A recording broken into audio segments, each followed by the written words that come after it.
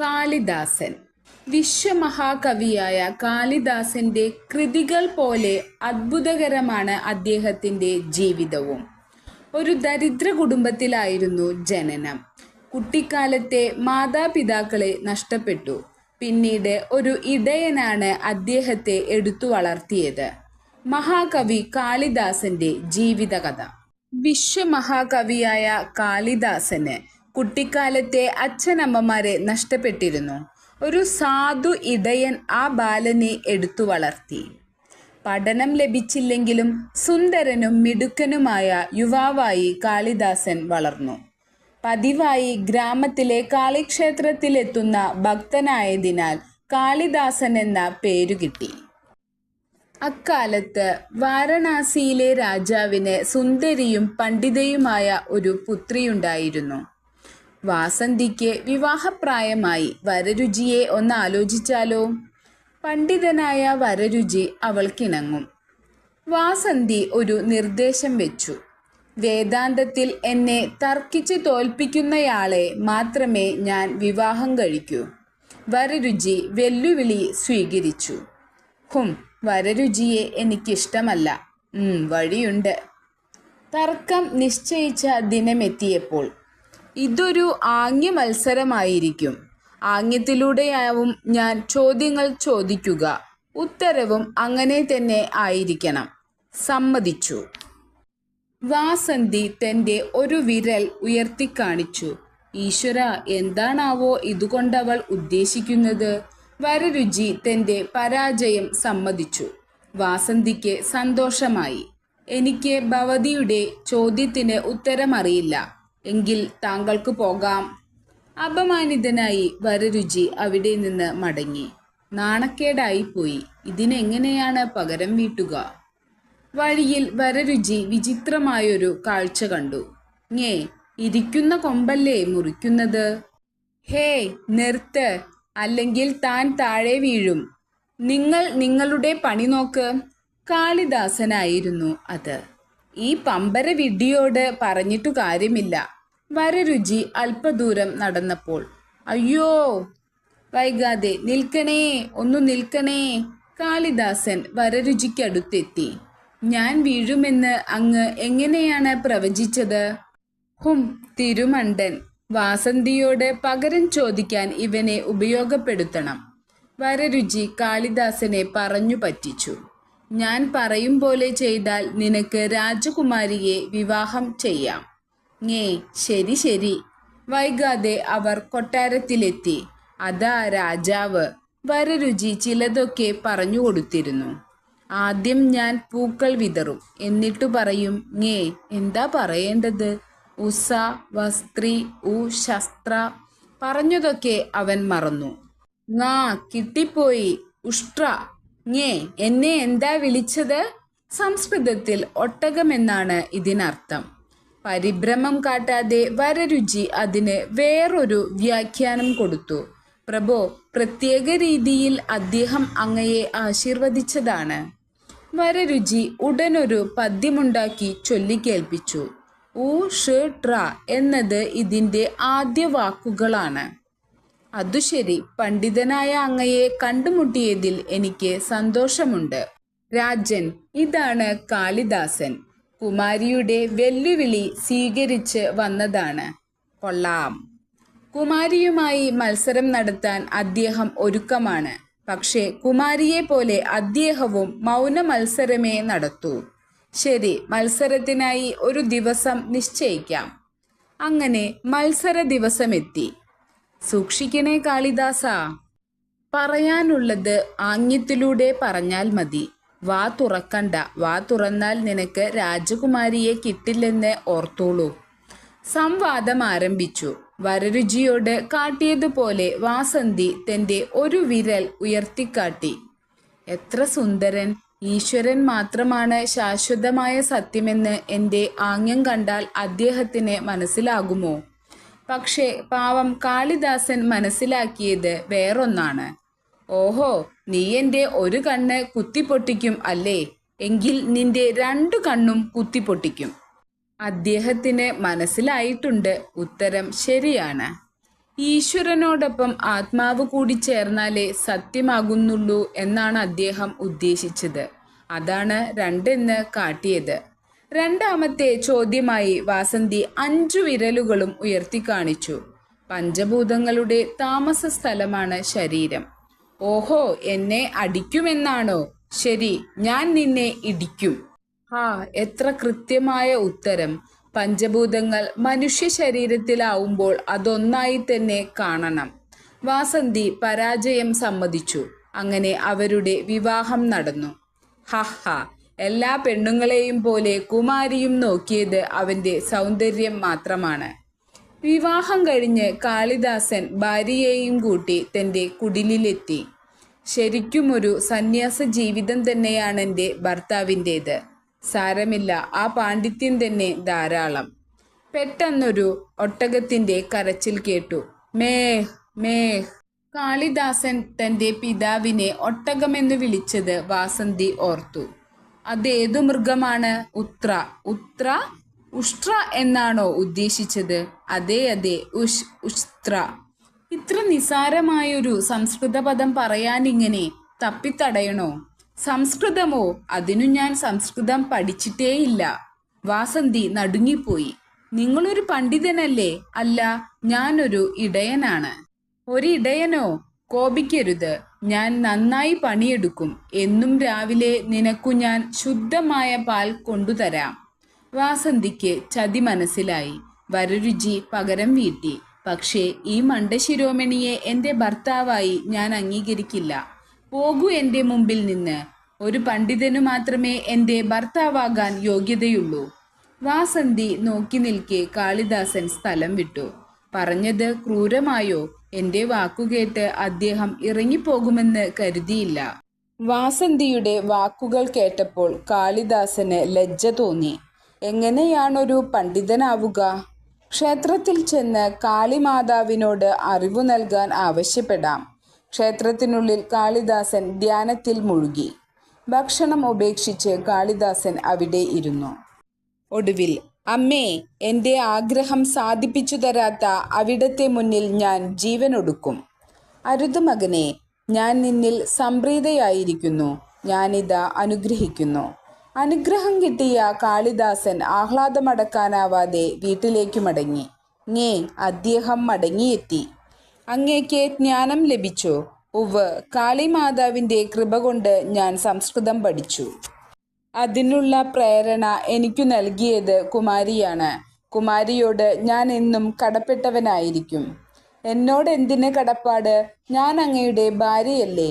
കുമാരി എൻ്റെ ഭാര്യയായിരുന്നു.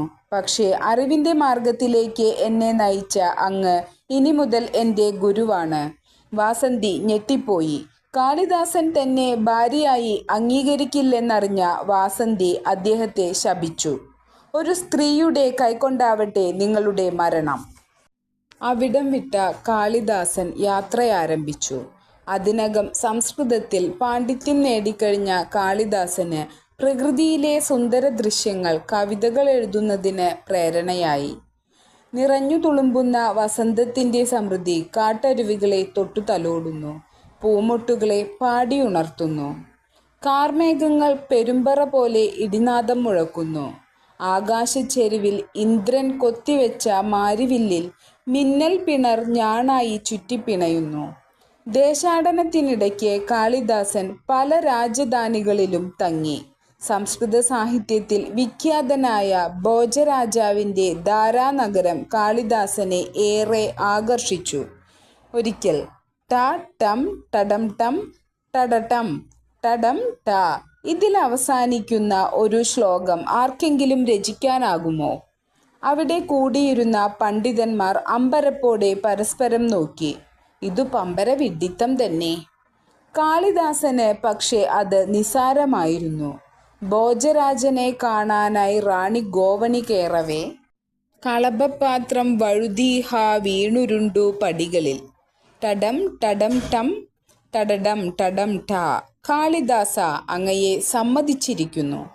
കൊട്ടാരത്തിലെ തൻ്റെ അനുഭവങ്ങൾ വെച്ച് ഒരു നാടകമെഴുതാൻ കാളിദാസൻ നിശ്ചയിച്ചു.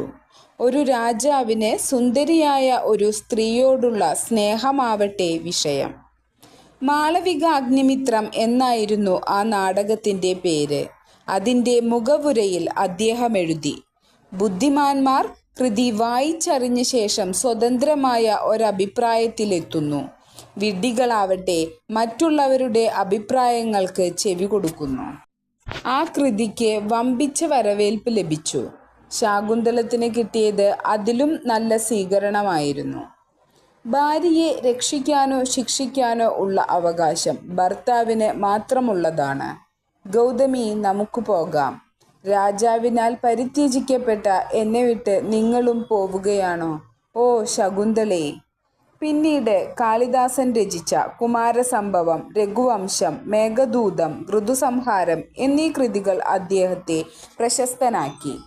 ഭോജരാജാവും കാളിദാസനും ഉറ്റ സുഹൃത്തുക്കളായിരുന്നെങ്കിലും ഒരിക്കൽ ചെറിയൊരു തെറ്റിദ്ധാരണ വന്നു. രാജാവിനെ പ്രകീർത്തിച്ച് താങ്കൾ എന്തുകൊണ്ടൊരു കൃതി രചിക്കുന്നില്ല? അങ്ങ് സദ്ഗുണസമ്പന്നനായ രാജാവു തന്നെ. പക്ഷേ രാജാവിന് സ്തുതിഗീതം പാടുകയല്ല കവിയുടെ ധർമ്മം. മറ്റുള്ളവർ എഴുതുന്നുണ്ടല്ലോ, അതും എൻ്റെ അതിഥിയായി ഇവിടെ കഴിയുമ്പോൾ. അപ്പോൾ അതാണ് കാര്യം. ഭോജരാജാവിൻ്റെ വാക്കുകളിൽ മനം നൊന്ത കാളിദാസൻ കൊട്ടാരം വിട്ട് അകലെയുള്ളൊരു ഗ്രാമത്തിലേക്ക് യാത്രയായി. വർഷങ്ങൾ കഴിഞ്ഞു. ഭോജരാജാവ് വിഷമത്തിലായി. കാളിദാസനെ വീണ്ടും ഒന്നു കാണാൻ കഴിഞ്ഞെങ്കിൽ. രാജദൂതരുടെ അന്വേഷണം നിഷ്ഫലമായി. പക്ഷേ ഭോജരാജാവ് ശ്രമം ഉപേക്ഷിച്ചില്ല. കാളിദാസനെ കണ്ടെത്താനൊരു വഴിയുണ്ട്.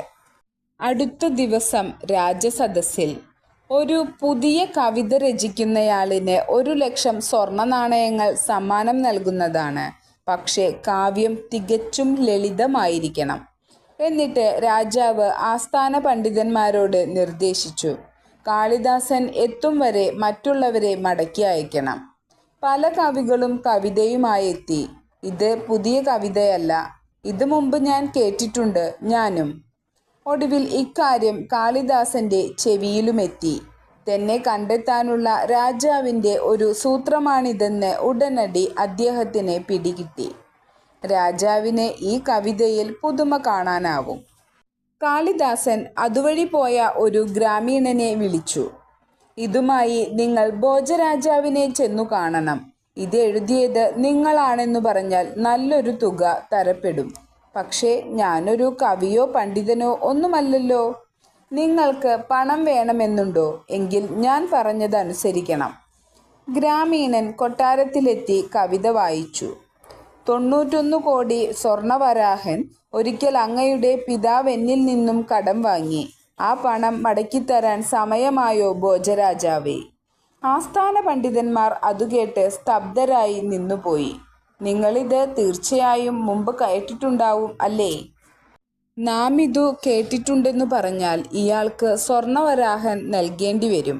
ഇല്ലെന്നു പറഞ്ഞാലോ? എങ്കിൽ ഇതൊരു പുതിയ കവിതയാണെന്ന് സമ്മതിക്കേണ്ടി വരും. പണ്ഡിതന്മാർ ഈ കവിത മുമ്പ് കേട്ടിട്ടില്ലെങ്കിൽ 1,00,000 സ്വർണ്ണ നാണയങ്ങൾ എനിക്കു നൽകിയാലും. ഗ്രാമീണന്റെ ബുദ്ധിസാമർഥ്യത്തിൽ ഭോജരാജാവ് സന്തുഷ്ടനായിത്തീർന്നു. നിങ്ങളുടെ കവിത പുതിയതു തന്നെ. ഇതാ ഈ സമ്മാനം സ്വീകരിക്കൂ. ഭോജരാജാവ് നീണാൾ വാഴട്ടെ. പക്ഷേ ഈ കവിത നിങ്ങൾ തന്നെ എഴുതിയതാണോ? അതേ തിരുമനസേ. പണം നിങ്ങൾ എടുത്തോളൂ. സത്യം പറയണം. പറയുന്നതു നേരല്ലെങ്കിൽ ശിക്ഷയും കിട്ടും. ഇത് എഴുതിയത് എൻ്റെ ഗ്രാമത്തിലുള്ള ഒരു പണ്ഡിതനാണ്. അത് നിശ്ചയമായും കാളിദാസൻ തന്നെയാവും. എവിടെയാണ് നിങ്ങളുടെ ഗ്രാമം? എനിക്ക് ആ പണ്ഡിതനെ ഒന്നു കാണണം. അവർ ഗ്രാമത്തിലെത്തിച്ചേർന്നു. അവിടെയാണ് അദ്ദേഹത്തിൻ്റെ താമസം. കാളിദാസൻ, താങ്കൾക്കു മാത്രമേ ഇതു ചെയ്യാനാവൂ എന്നെനിക്കറിയാമായിരുന്നു. എൻ്റെ അവിവേകം പൊറുത്ത് എന്നോടൊപ്പം താങ്കൾ കൊട്ടാരത്തിലേക്ക് മടങ്ങിവരൂ. അങ്ങയുടെ ആഗ്രഹം പോലെ. പക്ഷേ ഇടയ്ക്കിടെ അവർ തമ്മിൽ അഭിപ്രായ വ്യത്യാസങ്ങൾ ഉണ്ടാകുക പതിവായിരുന്നു. പിണങ്ങിയിറങ്ങുന്ന കാളിദാസനെ ഏറെ ശ്രമപ്പെട്ടാണ് ഓരോ തവണയും രാജാവ് മടക്കിക്കൊണ്ടുവന്നിരുന്നത്. ഒരിക്കൽ, തിരുമനസേ, 50 മൈലുകൾക്കപ്പുറത്തുള്ള ഒരു ഗ്രാമത്തിൽ കാളിദാസനുണ്ട്. പക്ഷേ ഞാൻ എത്ര പറഞ്ഞിട്ടും അദ്ദേഹം മടങ്ങി വരാൻ കൂട്ടാക്കുന്നില്ല. എങ്കിൽ നാം തന്നെ ചെന്ന് കൂട്ടിക്കൊണ്ടുവരാം. തന്നെക്കുറിച്ചുള്ള കാളിദാസന്റെ അഭിപ്രായം ഒന്നറിയണമെന്ന് രാജാവ് നിശ്ചയിച്ചു.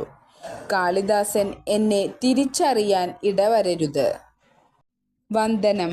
ഞാൻ ദാരായിൽ നിന്ന് വരികയാണ്. വരൂ വരൂ. ഭോജരാജാവിന് സുഖം തന്നെയല്ലേ? ഭോജരാജാവോ? അദ്ദേഹം കഴിഞ്ഞ ദിവസം മരിച്ചുപോയല്ലോ. എൻ്റെ ഈശ്വരാ! കാളിദാസന്റെ തീവ്ര ദുഃഖം കാവ്യരൂപത്തിൽ പുറത്തുവന്നു. ഭോജരാജാവ് സ്വർഗത്തിലേക്കു പോയി. ദാരാനഗരത്തിന്റെ അടിത്തറ തകർന്നുപോയി. അക്ഷരദേവതയുടെ തുണക്കാരൻ മറഞ്ഞുപോയി. ഒടുവിൽ എനിക്ക് ഒരു സ്തുതിഗീതം താങ്കളിൽ നിന്ന് ഇത്തരമൊന്ന് കേൾക്കാൻ എനിക്കൊരിക്കലും കഴിയുമെന്ന് ഞാൻ കരുതിയില്ല കാളിദാസ. കാളിദാസൻ രാജാവിനെ തിരിച്ചറിഞ്ഞു. ഉടൻ തൻ്റെ കവിതയിൽ അദ്ദേഹം ചെറിയ മാറ്റങ്ങൾ വരുത്തി. ഭോജരാജാവ് ഭൂമിയിലുള്ളിടത്തോളം ദാരാനഗരത്തിൻ്റെ അടിത്തറ തകരില്ല. അക്ഷരദേവതയ്ക്ക് തുണയില്ലാതാകില്ല. പണ്ഡിതശ്രേഷ്ഠന്മാർക്ക് തണലില്ലാതാകില്ല. അല്പനാൾ കഴിഞ്ഞ് ഭോജരാജാവുമായി വീണ്ടും പിണങ്ങിയ കാളിദാസൻ ലങ്കയിലേക്ക് യാത്രയായി. ലങ്കയിലെ രാജാവായ കുമാരദാസൻ തൻ്റെ ഉറ്റ സ്നേഹിതനായിരുന്നെങ്കിലും തൽക്കാലം അദ്ദേഹത്തെ കാണേണ്ടതില്ലെന്ന് കാളിദാസൻ തീരുമാനിച്ചു. ഞാനിവിടെയുണ്ടെന്ന് കുമാരദാസ മഹാരാജാവ് അറിഞ്ഞാൽ അദ്ദേഹം ഉടൻ ഭോജരാജാവിനെ അറിയിക്കും. ദാരായിലേക്ക് ഞാൻ ഏതായാലും ഉടനെയില്ല. കൊട്ടാരത്തിൽ പോകാതെ കാളിദാസൻ അവിടത്തെ ഒരു നർത്തകിയുടെ വീട്ടിൽ തങ്ങി. ഭോജരാജാവിനെ പോലെ കുമാരദാസനും കലകളിൽ അതീവ താല്പര്യമുള്ളയാളായിരുന്നു. ഇതാ താങ്കളുടെ ഈ ഉജ്ജ്വല കാവ്യത്തിനുള്ള സമ്മാനമായി 1000 സ്വർണ്ണ നാണയങ്ങൾ. ഒരു ദിവസം ഈ കവിത പൂരിപ്പിക്കുന്നയാൾക്ക് 1,00,000 സ്വർണ്ണ നാണയങ്ങൾ മഹാരാജാവ് പാരിതോഷികമായി നൽകുന്നതാണ്. ആ കവിത മുഴുമിപ്പിക്കാൻ ആർക്കുമായില്ല. നിരവധി ദിവസങ്ങൾക്കു ശേഷം ഇത് മുഴുമിപ്പിക്കാൻ ആരാലുമാവുമെന്ന് എനിക്ക് തോന്നുന്നില്ല. ഞാൻ ഒന്ന് ശ്രമിക്കട്ടെ. എന്താണ് കവിത? ഒരു താമരയിൽ നിന്ന് ഇനിയുമൊരു താമര വിരിയുമെന്ന് കേട്ടവരുണ്ടാവാം. പക്ഷേ അത് കണ്ടവരാരുമൊട്ടില്ല താനും. പക്ഷേ ഞാൻ കണ്ടു. അങ്ങോ? എവിടെ? ഇതാ ഇവിടെ തന്നെ. നിന്റെ മുഖകമലത്തിൽ നിന്ന് 2 താമരകൾ വിരിയുന്നത് ഞാനിതാ കാണുന്നു. എത്ര സുന്ദരമായ ഭാവന! ദയവായി ഇതിൽ അങ്ങ് അതൊന്ന് എഴുതിത്തരൂ. രാജാവ് ഇതിന് നല്ല പാരിതോഷികം തരും. പക്ഷേ ഇയാൾ ജീവിച്ചിരുന്നാൽ എനിക്കത് കിട്ടില്ല. അടുത്ത ക്ഷണത്തിൽ അവൾ കാളിദാസനെ കുത്തിവീഴ്ത്തി. ആ വാസന്തി, നിന്റെ ശാപം ഇതാ സത്യമായി. നർത്തകി കവിതയുമായി കുമാരദാസന്റെ മുന്നിലെത്തി. മനോഹരം. ഇതെഴുതിയ ആൾ പ്രതിഭാശാലി തന്നെ.